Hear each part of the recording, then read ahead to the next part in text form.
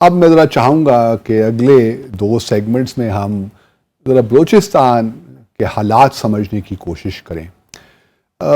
Senator صاحب، آپ کا تعلق چونکہ بلوچستان سے ہے اور بلوچستان رقبے کے لحاظ سے ہمارا سب سے بڑا صوبہ بھی ہے، لیکن آبادی کے لحاظ سے اس وقت کتنی آبادی ہوگی؟ 12 سے 16 ملین، کوئی میں متضادات چیزیں سنتا رہتا ہوں۔ جی جو ابھی تک سارے نوٹیفائی نہیں ہوئے ہیں نئے سینسس، لیکن کوئی لگ بھگ 2 کروڑ کے آس پاس 2 کروڑ کے آس پاس ہو گئی ہے۔ تو آبادی کے لحاظ سے اسٹل سب سے چھوٹا صوبہ ہے، رقبہ بہت بڑا ہے۔ بلوچستان ہے، مجھے یہ بتائیے کہ ابھی تک ایک لحاظ سے ایمبیولنس رہتی ہے، اس وقت بھی ملیٹنسی تو ہے، جوب میں بھی جو واقعہ ہوا 12 ہمارے جوان شہید اس میں ہوئے۔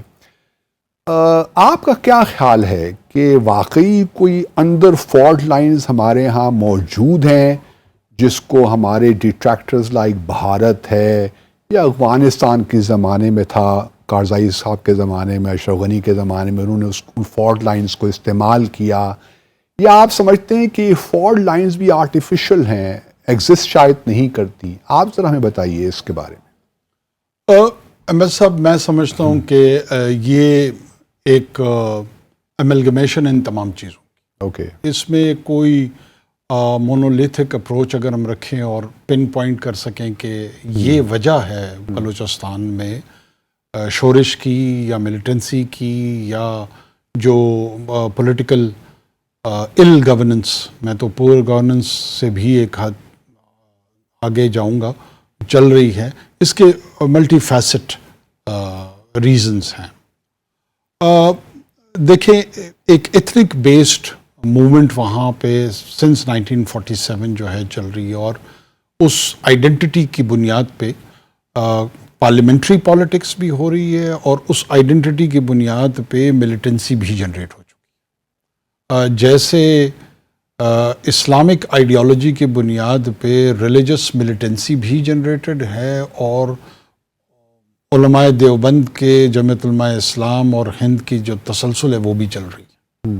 لیکن آپ نے کہا ملیٹنسی 1947 سے بھی چل رہی ہے۔ جی، اس کی بہت انیشل فیز، اس کی کیا وجوہات ہیں؟ کیا لوگوں نے آئیڈینٹی بیسڈ؟ اچھا، آئیڈینٹی بیسڈ، میں نے آپ کو عرض کیا کہ آئیڈینٹی بیسڈ۔ اوکے، شروع دن سے ایک طبقے کا بلوچ پاپولس میں یہ خیال تھا کہ بلوچوں کی ایک آزاد ریاست ہونی، ایکسیشن نہیں کرنی چاہیے، ایکسیشن ہماری نہیں ہونی چاہیے۔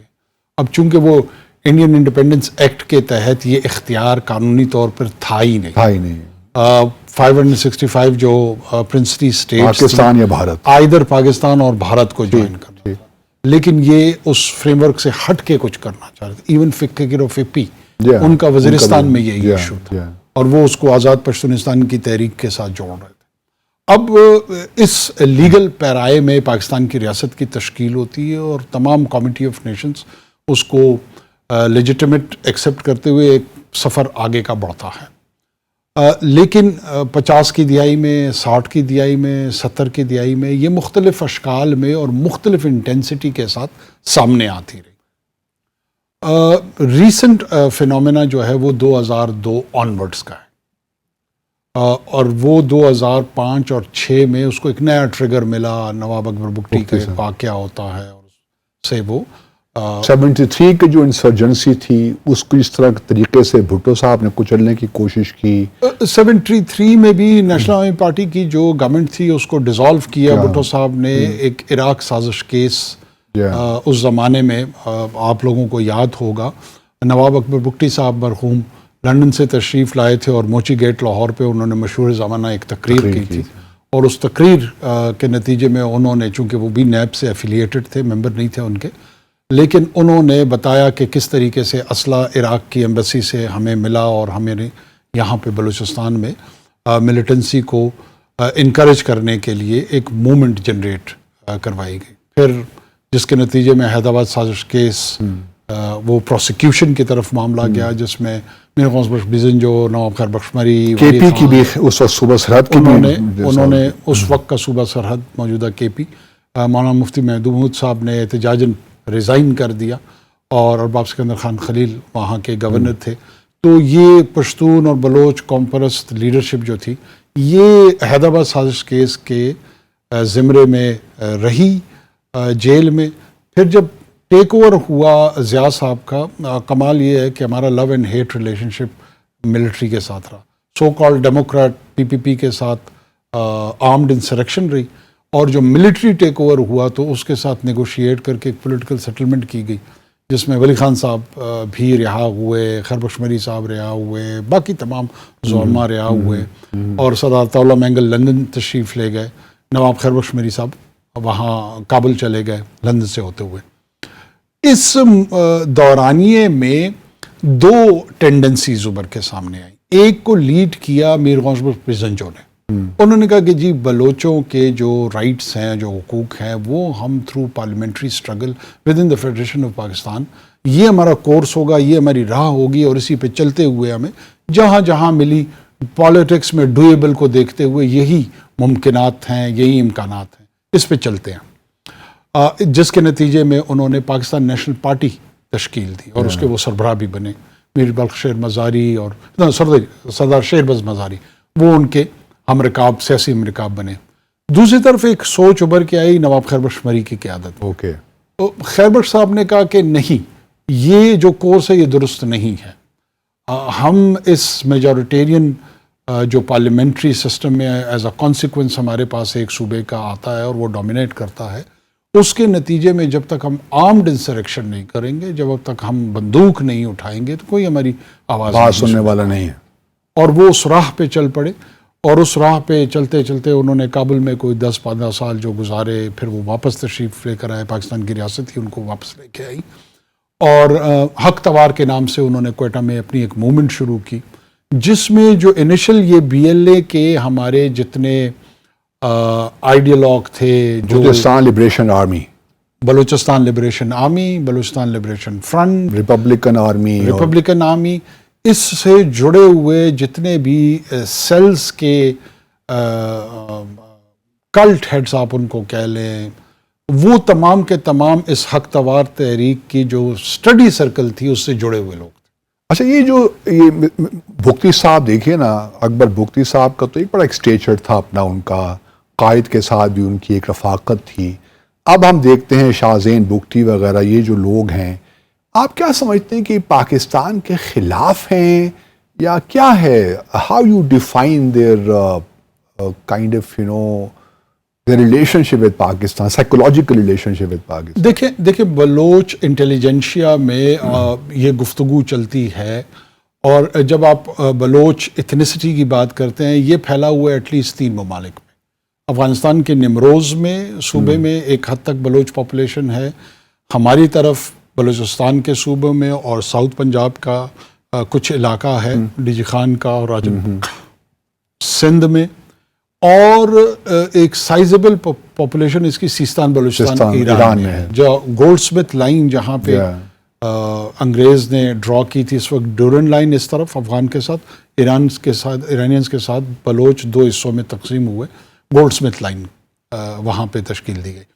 اب ان تینوں کو انڈو کر کے، یعنی ان 3 نیشن سٹیٹس کو انڈو کر کے وہ ایک نئی نیشن سٹیٹ کا خواب کہ جی وہ گریٹر بلوچستان ہوگا، یہ بڑا شروع کا سنس 1947 یہ گمان اور خیال ہے.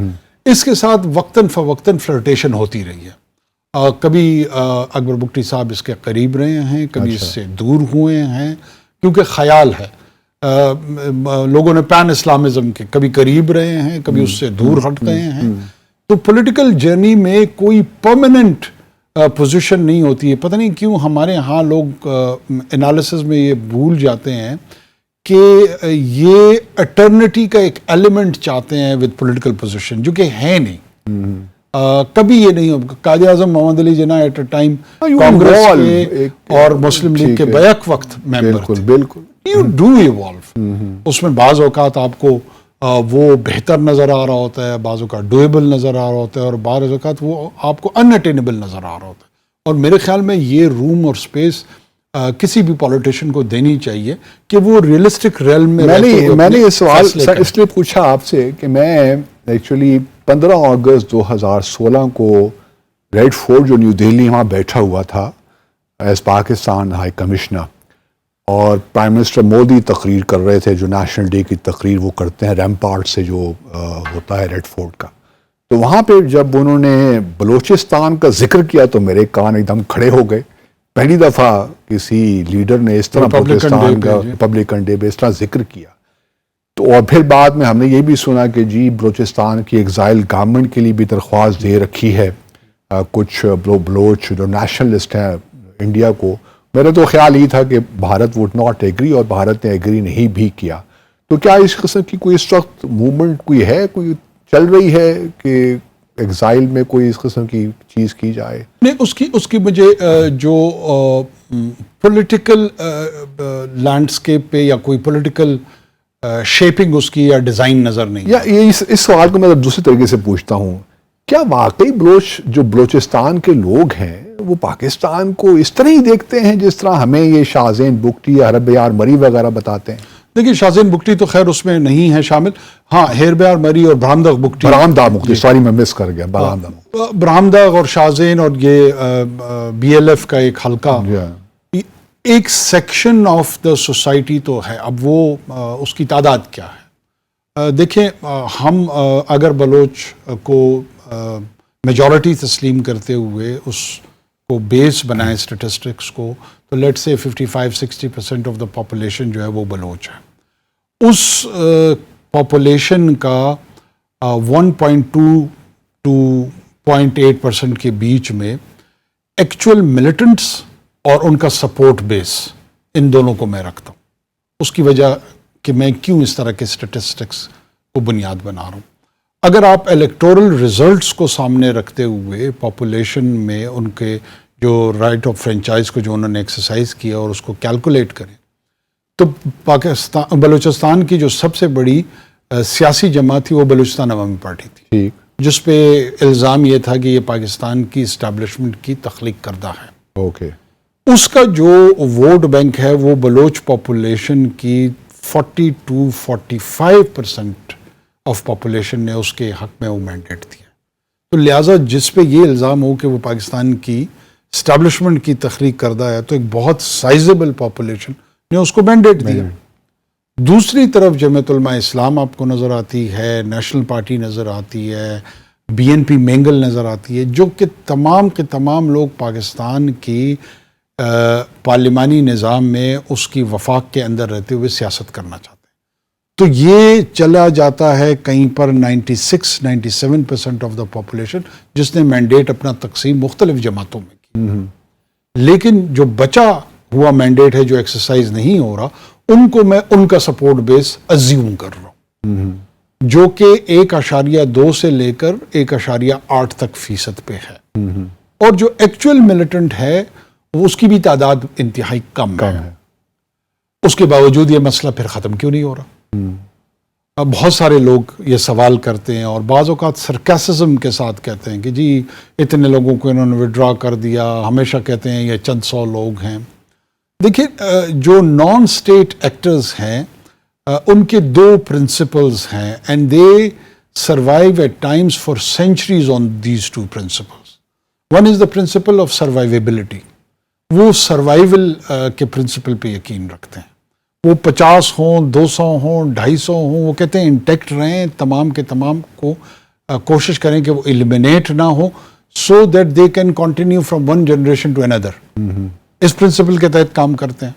آپ پورچوگیز میں دیکھ لیں، آپ کیٹالونیا میں دیکھ لیں، آپ بیسک کنٹری میں دیکھ لیں، آپ اس میں شری لنکا میں دیکھ لیں، ٹاملز میں، کہیں پہ بھی آپ دیکھ لیں. It's not exclusive over here. وہاں پہ دوسری جو ان کی پرنسپل ہے وہ ہے پرنسپل آف لیتھیلٹی، کہ جتنا زیادہ آپ لیتھل ہوں گے، جتنا آپ نقصان پہنچا پائیں گے، اتنے ہی آپ سپیکٹیکولر ہوں گے، اٹینشن سیک کریں گے. تو بلوچستان کے کانٹیکس میں بھی یہ ان دونوں پرنسپل پہ کام کر رہے ہیں. ریسنٹلی آپ دیکھیں کہ ایک سیکولر نیشنلسٹ ملیٹنٹ موومنٹ کو انہوں نے سوسائڈ بامبنگ میں بھی یوز کیا، جو کہ عمومی طور پہ ہمارے ہاں جو ایک لبرل طبقہ ہے وہ اس کی جڑیں قرآن سے بھی جوڑنے کی کوشش کرتا ہے، اسلام سے بھی جوڑنے کی کوشش کرتا ہے، نہ ہو تب بھی کرتا ہے، نہ ہو تب بھی. کیوں کر ہوا کہ ہمارے ہاں JUI کو نکال کے باقی مثال کے طور پر جو ہماری پارٹیز ہیں پیپلز پارٹی ہو گئی, PMLN ہو گئی, یہ اپنا انگریس نہیں کر سکی, پینیٹریٹ نہیں کر پائیں بلوچستان کی پالیٹکس. اس کی کیا وجہ ہے؟ اچھا, اس میں پیپلز پارٹی جو ہے نا, ہمارا جو نصیر آباد ڈویژن ہے جو کہ بالکل ایڈجسٹنٹ ہے ٹو سندھ, اس میں ایک حد تک انہوں نے اپنی پریزنس رکھی ہے اور کنسسٹنٹ رکھی ہے. ابھی بھی ہے؟ ابھی بھی ہے. اوکے. مطلب ان کے ایسے ورکر ہیں جن کو وہ جیالوں کے نام سے جانتے ہیں, وہ تھرو آؤٹ سروائیو کرتے رہے ہیں for last 30-40 years of their political history, اور انہوں نے اپنے حلقے کے اندر اپنے ووٹ بینک کو بھی انٹیکٹ رکھا ہوا ہے. کبھی جیتے ہیں, کبھی ہارے ہیں. ایتھنیکلی بلوچ لوگ ہیں, ایتھنیکلی بلوچ ہیں, جیسے صادق عمرانی صاحب ہیں اور ایسے ان کے لوگ ہیں جنہوں نے وہاں پر اپنی پریزنس رکھی ہے. پھر ہمارے ہاں ایک ٹرائبل ایلیٹ ہے جو کہ ٹرانسفارم ہو گئی ہے. It has been morphed into political elite. Okay. انہوں نے اپنی ریلیونس قائم کرنے کے لیے بسا اوقات پیپلز پارٹی کا سہارا لیا ہے, بسا اوقات مسلم لیگ نون کا, PTI کا, مختلف وفاقی جماعتوں کا, اور ایک ریسنٹ ایکسپیریمنٹ BAP کا بھی کیا ہے. تو وہ لوگ چونکہ جو پولیٹیکل کیڈر جو ہے اس سے زیادہ اپنی جو فالوئنگ ہے, جو کہ پرسنل لائل فالوئنگ ہے, اس پہ زیادہ بلیو کرتے ہیں. وہ اس کی ریلیونس کو بھی قائم رکھتا ہے ان کا. جہاں وہ جاتے ہیں وہ فالوئنگ بھی ان کے ساتھ جاتی ہے. تو اس لیے پولیٹیکل فالوئنگ باقی کانسٹیٹیوئنسیز میں آپ کو کم نظر آتی ہے. مطلب, اور اگلے الیکشنز میں بھی لگتا تو نہیں ہے. JUIF کا ایک لحاظ سے گھڑ تو وہاں پہ ہے بلوچستان میں. دیکھیں, JUIF کو بہت سارے لوگ یہ سمجھتے ہیں کہ شاید یہ ملا ملٹری الائنس کی وجہ سے بلوچستان میں جو ہے نا یہ پروڈیوس ہوا ہے. میں اس خیال کو بالکل رد کرتا ہوں. جمعیت علماء اسلام جو کہ دیوبند کی سکہ بند نمائندہ جماعت تھی, یہ اس کی پریزنس ہمارے ریجن میں, جس میں میں قندہار سے لے کر مکران کی ساحلی پٹی تک اور اس طرف سے پشاور ویلی کو رکھتے ہوئے اس ویسٹ آف دا انڈس, اس کا ایک بڑا ڈیپ امپیکٹ رہا ہے. ہمارے ہاں جو 3 جنریشن 4 جنریشن قبل جو لوگ تھے, وہ یا تو اگر سیکولر ایجوکیشن حاصل کرتے تھے تو ان کا جو کعبہ و قبلہ تھا وہ علی گڑھ تھا. علی گڑھ سے فارغ التحصیل لوگ, اور بہت وقت بعد اسلامیہ کالج پشاور کو بھی وہ سٹیٹس ملا.